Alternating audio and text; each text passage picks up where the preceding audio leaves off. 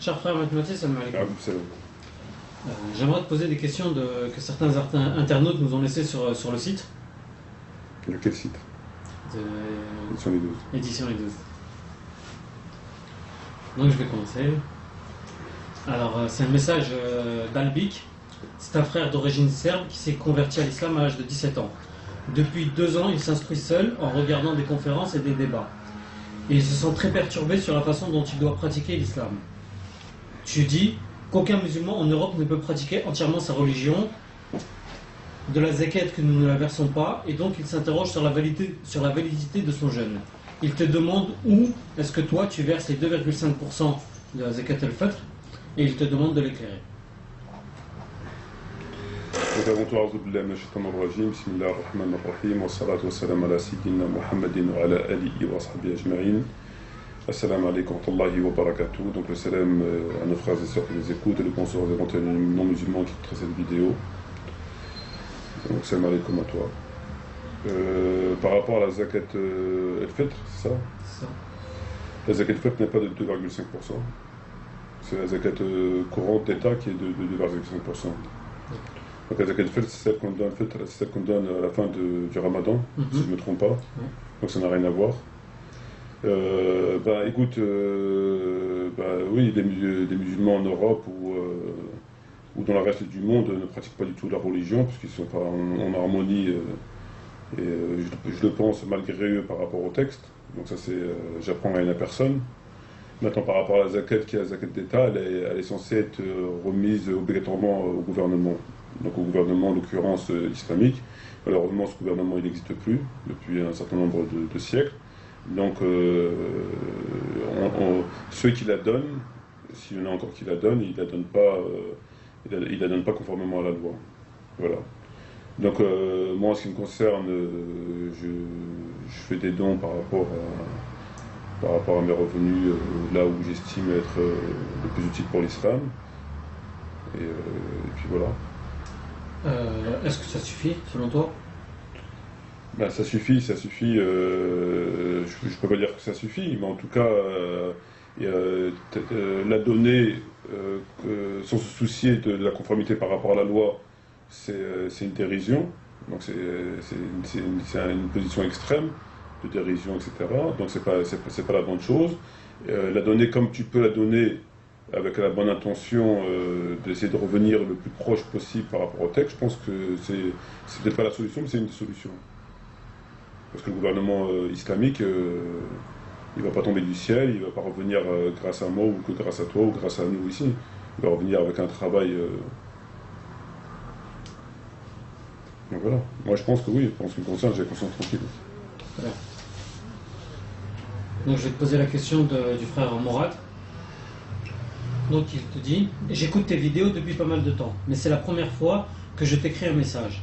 Tu touches à des sujets polémiques, sensibles, voire tabous.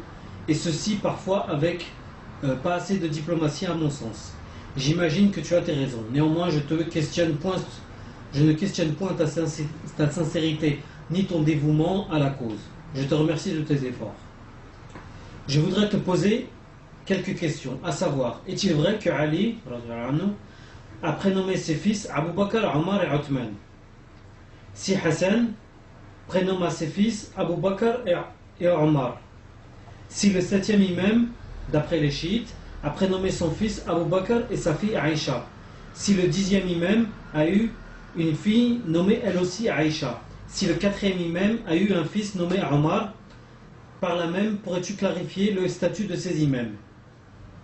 Donc il dit là où il a pris ses infos. Ensuite il te dit, par ailleurs, envisages-tu de faire une vidéo sur les 12 imams, en particulier l'imam al-Mahdi, et une vidéo sur le dégel?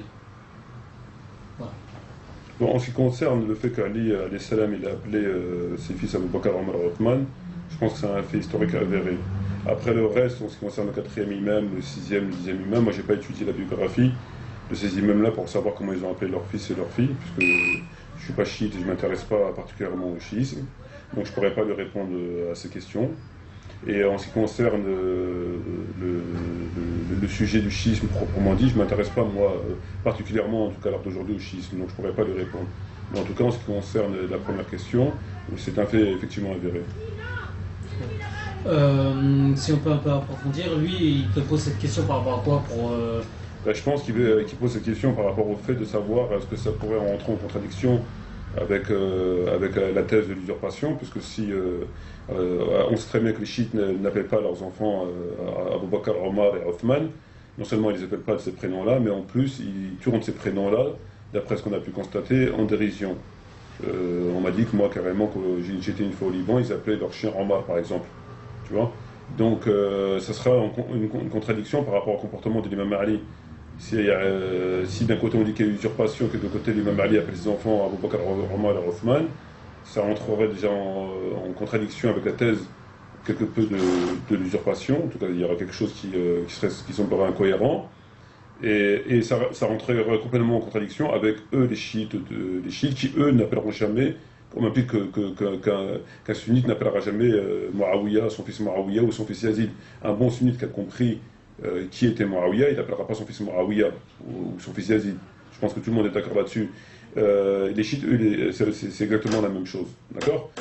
Voilà. Donc maintenant, après, moi j'ai eu des conversations avec des chiites qui me disent que ça prouve rien. C'est-à-dire qu'il a pu très bien s'appeler Omar Abu Bakr Othman, mais ça ne prouve strictement rien. Ça prouve peut-être rien parce que les noms étaient courants à l'époque, mais ça fait quand même beaucoup que les trois noms, les trois prénoms soient identiques. C'est pas un seul prénom, c'est pas les deux, c'est carrément trois prénoms qui sont identiques. Donc c'est plus qu'une drôle de coïncidence. Voilà. Donc à mon avis, il pose ces questions dans ce sens-là. Mais à mon avis, d'un côté ou dans l'autre, ça prouvera strictement rien.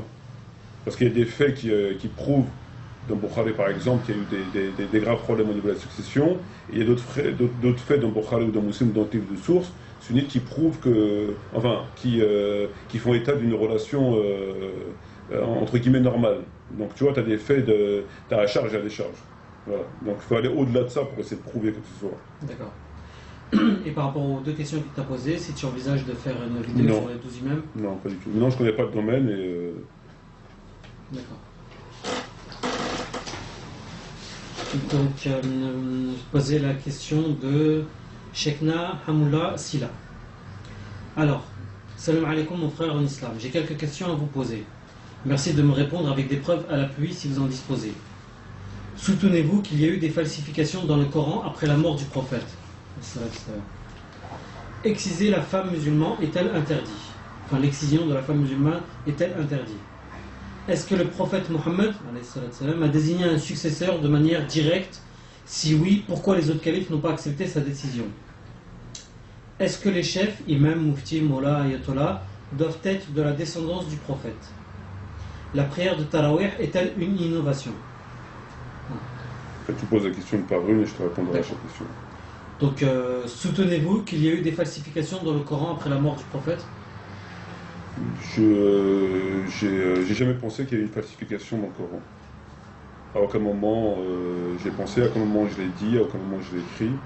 J'ai jamais parlé de falsification. Ceux qui parlent de falsification, ce sont des gens qui ont pour habitude de déformer les propos pour mieux exploiter la faille, tu vois. Donc j'ai jamais parlé de falsification. Maintenant, au niveau du Coran, il est clair que d'après certains rapporteurs, dont entre autres Bukhari, Muslim, etc., il est fait état de texte dans ces livres de rapporteurs qu'un certain nombre de versets ont été révélés et n'ont pas été mis dans le Coran. Enfin, en tout cas, ne sont pas dans le Coran. Donc il est illégitime de s'interroger sur l'absence de ces versets dans le Coran. Donc ces textes-là sont dans Bukhari, sont dans Muslim. On peut le trouver chez des savants plus contemporains comme Suyuti, qui en parlent dans son livre le Coran, etc. Donc il est légitime de se poser la question, comment se fait-il que ces versets, si versets il y a, entre autres le verset sur la lapidation, n'a pas été inséré dans le Coran? Pourquoi ils ne l'ont pas mis dans le Coran? Et le verset de la lapidation n'est qu'un exemple. Il y a beaucoup d'autres versets qui n'auraient pas été insérés dans le Coran. Mais là, il ne s'agit pas de manipulation, de falsification. La falsification, c'est le fait de dénaturer un texte. Or là, le fait que le texte ne soit pas présent ne dénature en rien, en tout cas directement, contrairement à la Bible, le Coran. Le texte n'est pas présent. Voilà. Mais personne n'a parlé de falsification. Très bien. Ensuite, il te demande si l'excision de la femme musulmane est-elle interdite. L'excision n'existe pas en islam. Il n'y a jamais, ni dans le Coran, ni dans la Sunna, il est fait état d'excision. L'excision est contraire à l'islam.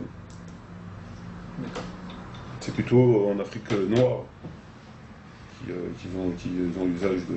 Mais sinon, nous, chez nous, les Maghrébins, etc., enfin dans le monde arabe, dans l'islam, il n'y a pas d'excision. D'accord.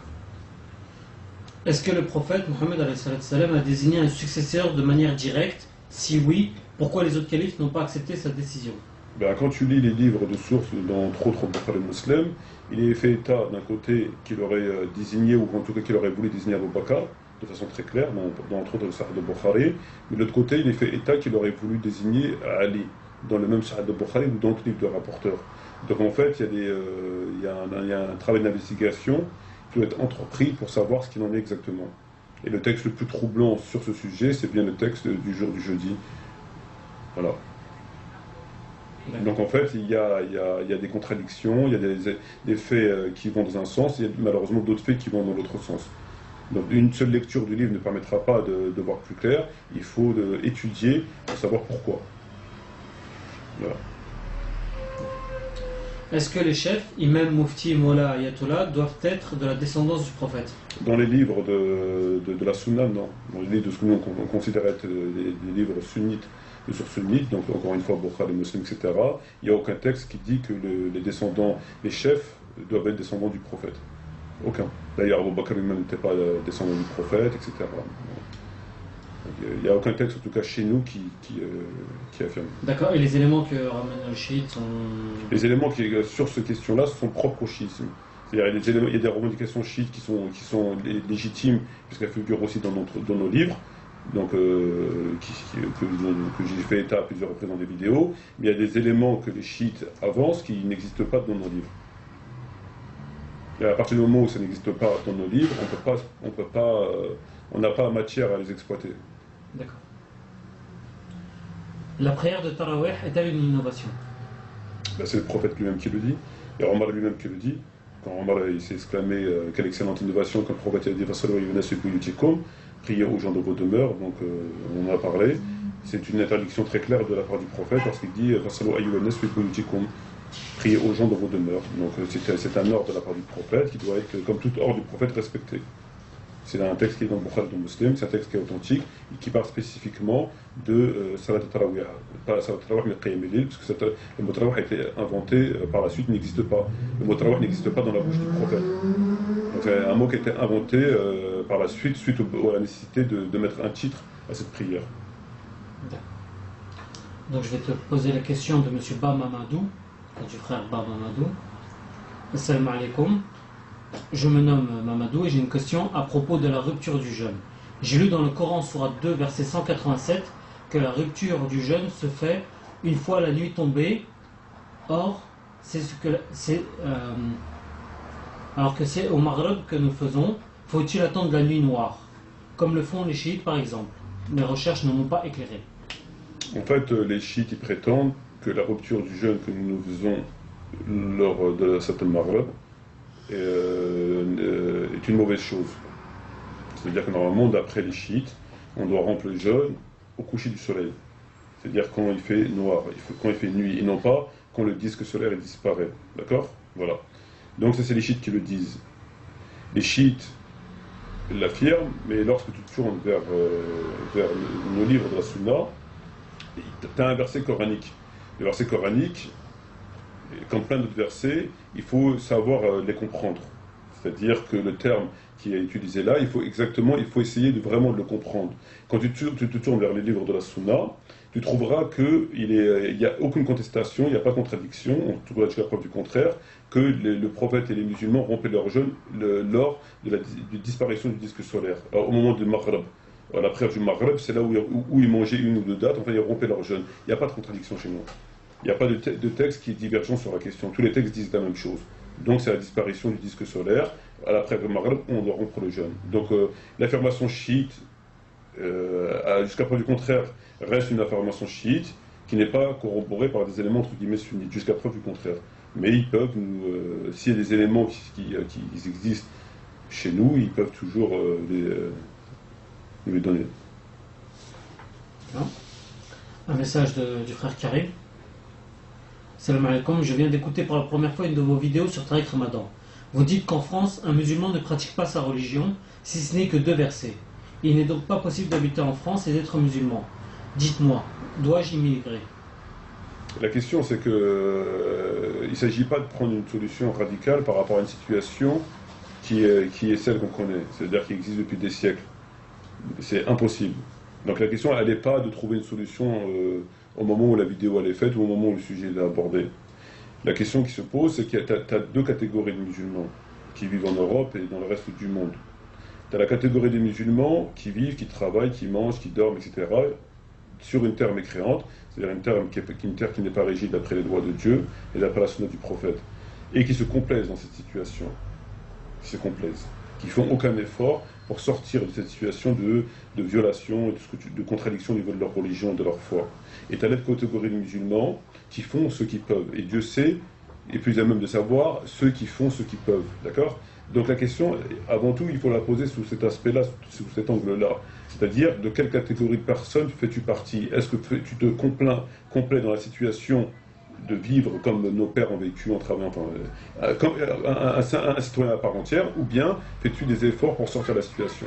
Voilà, c'est ça la question. La réelle question, c'est ça. Parce qu'avant tout, il s'agit, avant de sauver les autres, il faut se sauver soi-même.